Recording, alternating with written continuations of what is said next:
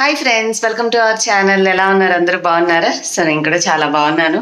So morning routine బాబుకి tiffin చేసేసి lunch చేసేసాను, అయిపోయింది. తను హ్యాపీగా స్కూల్కి వెళ్ళిపోయాడు. తర్వాత నేను చేయాల్సినటువంటి అప్లోడ్ వర్క్స్ అవి ఇవన్నీ ఫినిష్ చేసుకుని కాసేపు ఇప్పుడు ప్రశాంతంగా కూర్చున్నాను. ఇప్పుడు కూర్చొని జస్ట్ ఇప్పుడే స్టార్ట్ చేశానండి. అండ్ ఇవాళ మార్నింగ్ నేను నిన్న కాలీఫ్లవర్ రెడీ చేసి ఉంచుకున్నాను కదా, సో అన్నీ అలాగా ప్యాక్ లాగా రెడీ చేసి పెట్టుకుంటే కూర చేయడం అసలు చాలా ఈజీగా ఉంటుంది. ఏం వండాలని ఆలోచించే టైం తప్పుతుంది. సెకండ్ వచ్చేసి క్విక్గా రెడీగా ఉంటాయి కాబట్టి కట్ చేసేసి వండేసేయచ్చు. సో ముందైతే నేను ఆ కర్రీ రెసిపీ మీతో షేర్ చేస్తాను, అది చూసేసి రండి. వచ్చిన తర్వాత మళ్ళీ మాట్లాడతాను.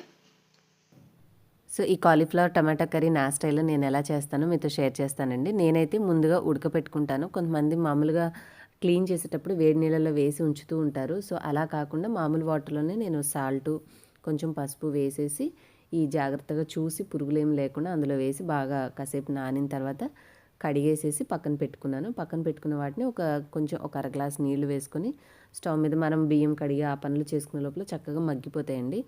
అలా చేసుకుని ఉంటే కూర అనేది త్వరగా అయిపోతుంది. మామూలుగా డైరెక్ట్గా ముక్కలు నూనెలో వేసి వేపుకోవడం అంటే చాలా సమయం పడుతుంది. కొద్దిగా క్యాబేజీ నుంచి వచ్చే స్మెల్ లాగా కూడా అనిపిస్తుంది ఇందులో.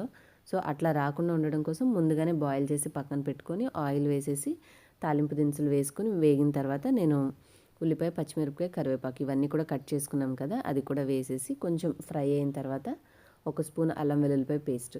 క్యాబేజీకి కాలీఫ్లవర్కి కంపల్సరీగా మనము జింజర్ గార్లిక్ పేస్ట్ వేసుకుంటేనే కొంచెం ఆ స్మెల్ అనేది తగ్గి కర్రీ అనేది మనం తినేటప్పుడు ఫ్లేవరబుల్గా బాగుంటుంది.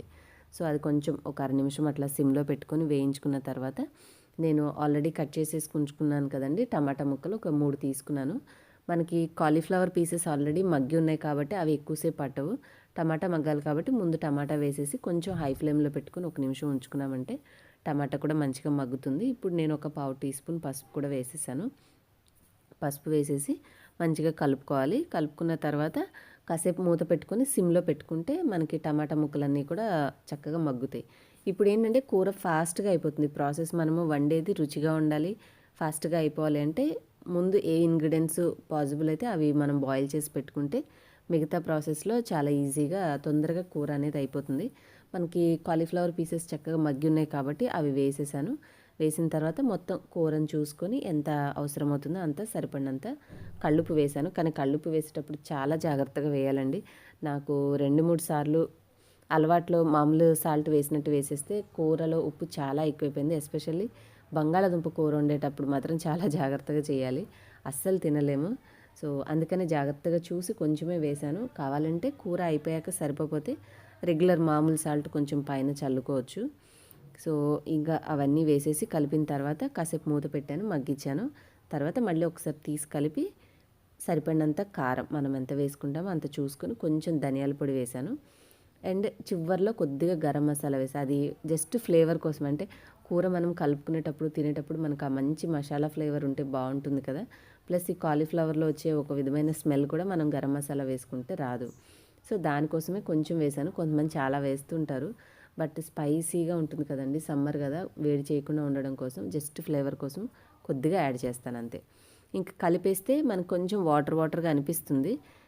మూత పెట్టేసేసి మధ్య మధ్యలో ఒకసారి కలుపుకుంటూ చూసుకున్నామంటే మనకు కావాల్సినంత కన్సిస్టెన్సీ దగ్గరకు వచ్చాక దింపేసుకుంటే ఇందాక చూసారు కదా, అలా చక్కగా కర్రీ రెడీ అయిపోతుంది.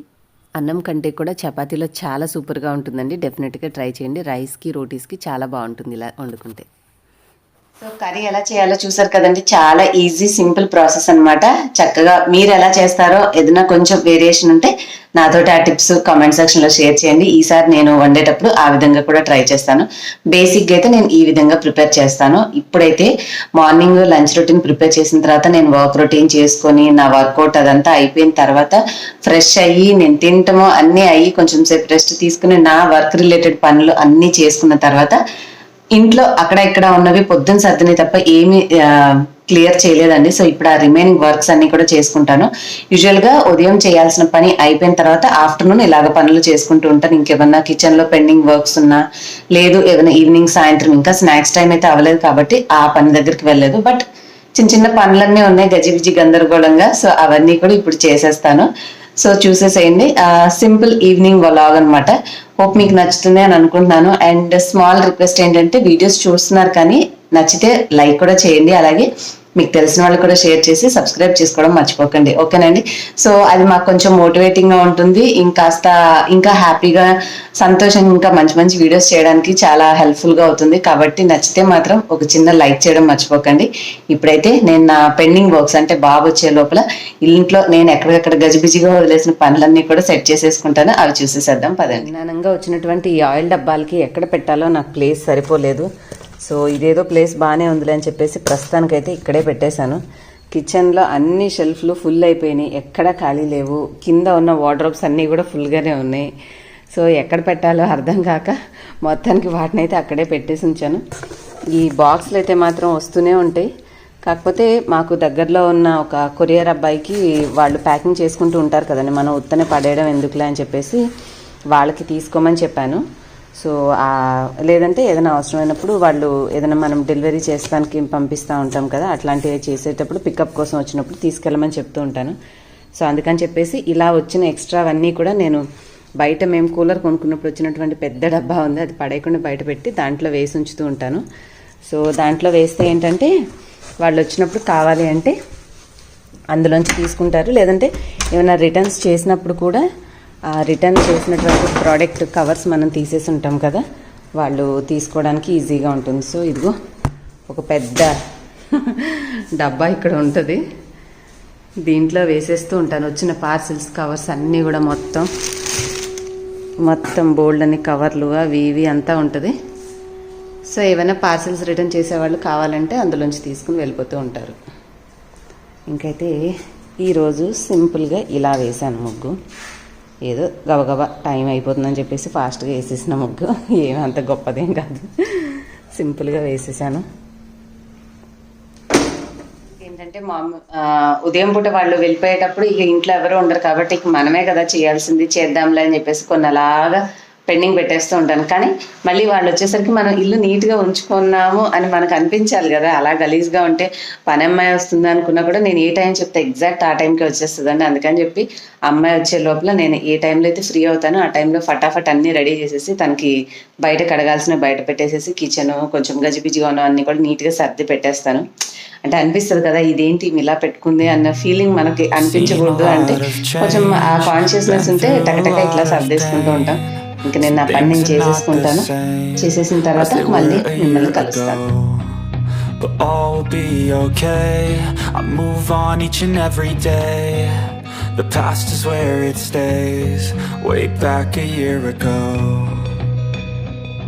I've changed for the better this time. I thought I would never be fine. I strive just to say I'm alright, and for the first time in a long time I'm alright. I've seen a lot of change, been through a lot of pain. Some things are not the same as they were a year ago, but all will be okay. I move on each and every day. The past is where it stays. Way back a year ago.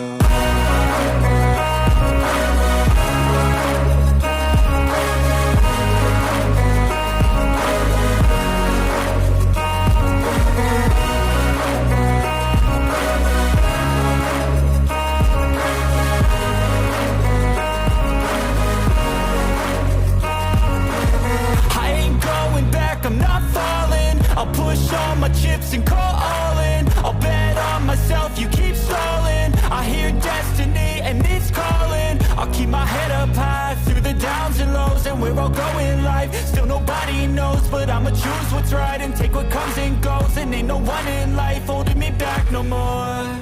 I've seen a lot of change, been through a lot of pain. Some things are not the same as they were a year ago, but all will be okay. I move on each and every day. The past is where it stays. Way back a year ago.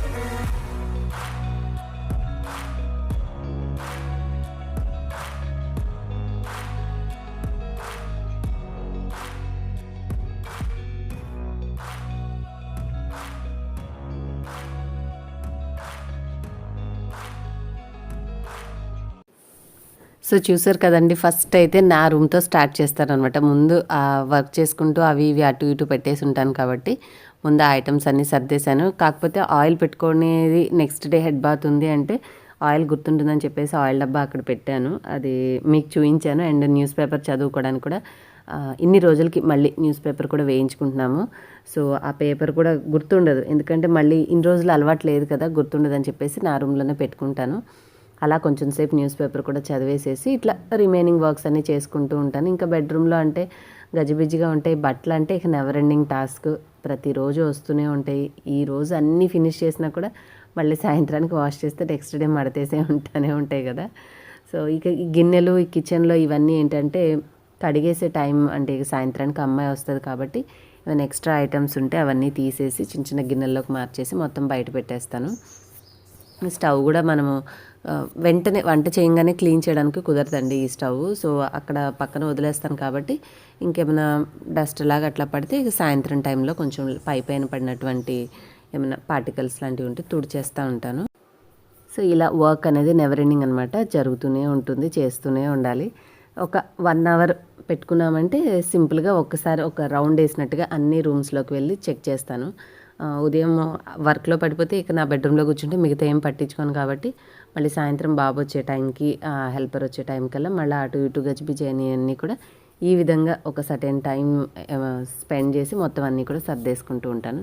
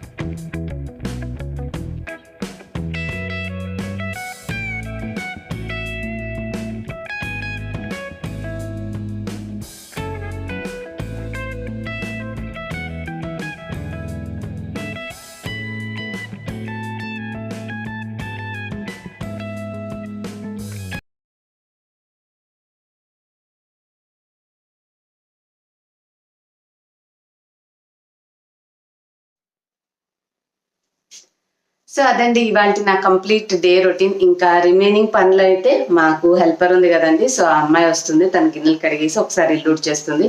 అన్ని బట్టలన్నీ కూడా నీట్గా సర్దేశాము, గిన్నెలన్నీ కూడా కడిగేసి ఉంటాయి. ఇంకా సాయంత్రం ఓన్లీ రైసే వండుతానండి. సమ్మర్లో అయితే మాత్రం చపాతీలు పెట్టుకోము మేము బ్రేక్ఫాస్ట్లో తప్ప. సో ఎందుకంటే ఒక రకమైన వేడి చేసేస్తుంది, చెమటలు ఎక్కువైపోతాయి కాబట్టి ఓన్లీ అన్నం వండేసేస్తే ఆల్రెడీ పొద్దున వండిన కాలీఫ్లవర్ కర్రీయే సరిపోతుంది. సో సింపుల్గా తింటాం, డిన్నర్ అయితే పెద్ద హెవీగా ఏముండదు. అండ్ ఇంకా పప్పులు ఏమైనా నానబొద్దాం అని అనుకుంటున్నాను, ఉంటే ఏమైనా ఇడ్లీకో దోసకో నానబెడితే ఆ పని కొంచెం సాయంత్రం ఉంటుంది. ఇంకా ఆ పనులన్నీ చేసేసి ఇంకా సాయంత్రం రొటీన్ అయితే వైండప్ చేసేసి హ్యాపీగా టైంకి ఇంకేదైనా వర్క్ ఉంటే చూసుకుని రిలాక్స్ అయ్యి నిద్రపోవడమే అనమాట. ఇంకా బాబు వచ్చే టైంకి స్నాక్స్కి ఏం పెడతాను అని అంటే తన కోసం ఆల్రెడీ పుచ్చకాయ తీసుకొచ్చారండి, అది ఉంది ఫ్రిడ్జ్లో పెట్టుంచాను నేను. ఒక నిమిషం మీకు చూపిస్తాను.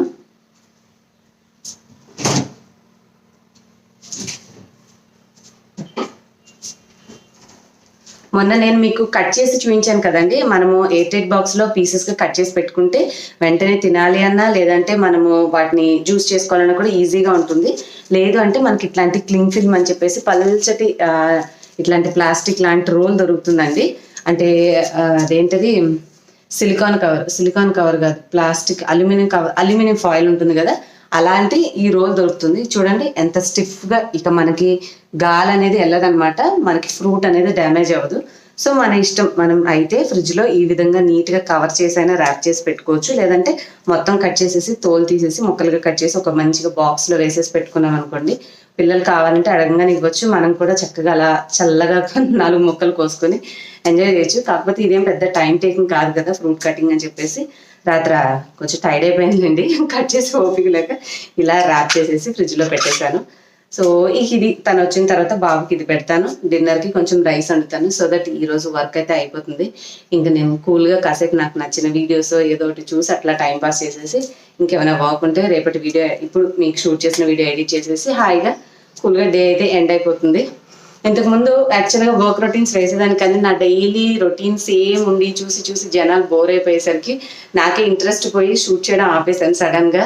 ఇంకా మళ్ళీ అనిపించింది సరే రెగ్యులర్గా షూట్ చేద్దాము, చాలా మంది సబ్స్క్రైబర్స్ యాడ్ అయ్యారు కదా అని చెప్పేసి మళ్ళీ కొంచెం యాక్టివ్గా ఈ 2022లో డెసిషన్ తీసుకొని మళ్ళీ బ్లాగ్స్ అయితే షూట్ చేస్తున్నాను. సో ఇంకా ఒక్కొక్క రోజు ఒక్కొక్కలా ఉంటుంది. ఈ రోజు బట్టలు మడతేసాను, రేపు మెషిన్ వేయకపోతే ఆ పని ఉండదు. సో అట్లా ఇట్ డిపెండ్స్ అనమాట, మనకున్న వర్క్ని బట్టి ఏదో ఒకటి చూసుకుంటూ ఉంటాను. మ్యాక్సిమం వర్క్ లేకుండా అయితే ఉండదండి, ఏదో ఒకటి ఉంటుంది.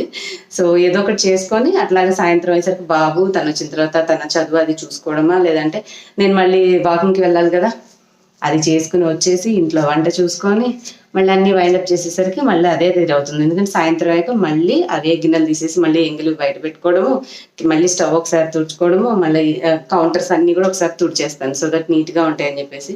ఇట్లా రొటీన్ కంటిన్యూ అవుతూనే ఉంటుంది. ఇక నుంచి రెగ్యులర్ బ్లాగ్స్ వస్తూనే ఉంటాయి. సో నేను చేసే బ్లాగ్స్లో మీకు ఒక చిన్న పాయింట్ నేను ఏదైనా షేర్ చేసింది కానీ చూపించింది నచ్చితే మాత్రం వీడియోని లైక్ చేయండి. సో దట్ అది నలుగురికి సజెస్ట్ అవుతుంది. సో మనకి కూడా కొంచెం డీసెంట్ అమౌంట్ ఆఫ్ వ్యూస్ అనేవి వస్తాయి. అండ్ లైక్ చేసి మీకు తెలిసిన వాళ్ళకి షేర్ కూడా చేస్తూ ఉండండి. స్టిల్ మీరు ఇంకా సబ్స్క్రైబ్ చేసుకోకపోతే సబ్స్క్రైబ్ చేసుకుని పక్కన ఆల్ నోటిఫికేషన్ బెల్ కూడా సెలెక్ట్ చేసుకుంటే నేను వీడియో అప్లోడ్ చేయగానే మీకు నోటిఫికేషన్స్ తెలుస్తూ ఉంటాయి. ఇంత ఎఫర్ట్ పెట్టి మరి మీకోసం మేము వీడియో షూట్ చేసి అప్లోడ్ చేస్తున్నప్పుడు కొంచెం మీ సపోర్ట్ కూడా మాకు ఉండాలి కదా. సో అది ఇవాళ రొటీన్. ఇంకా కొంచెం చిన్న పనులు ఉన్నాయి నేను నా వీడియోస్కి సంబంధించి చేసుకోవాల్సినవి. ఇంక ఇప్పుడైతే ఇది ఒక్కటి కొంచెం సేపు బయట పెట్టామంటే కూలింగ్ తగ్గుతుంది, బాబు వచ్చేసరికి తను తినేస్తాడు, రిమైనింగ్ పనులన్నీ అయిపోతాయి. అండ్ ఈ రోజుతోటి బ్లాగ్ అయితే ఎండ్ చేసేస్తున్నాను. హోప్ మీకు ఇవాళ బ్లాగ్ నచ్చిందా లేదా కామెంట్స్లో చెప్పి, నచ్చితే ఆ లైక్ బటన్ అయితే ప్రెస్ చేసేసేయండి అండ్ మీకు తెలిసిన వాళ్ళకి కూడా షేర్ చేయండి. నెక్స్ట్ వీడియోలో మళ్ళీ కలుస్తాను. Bye, thanks for watching.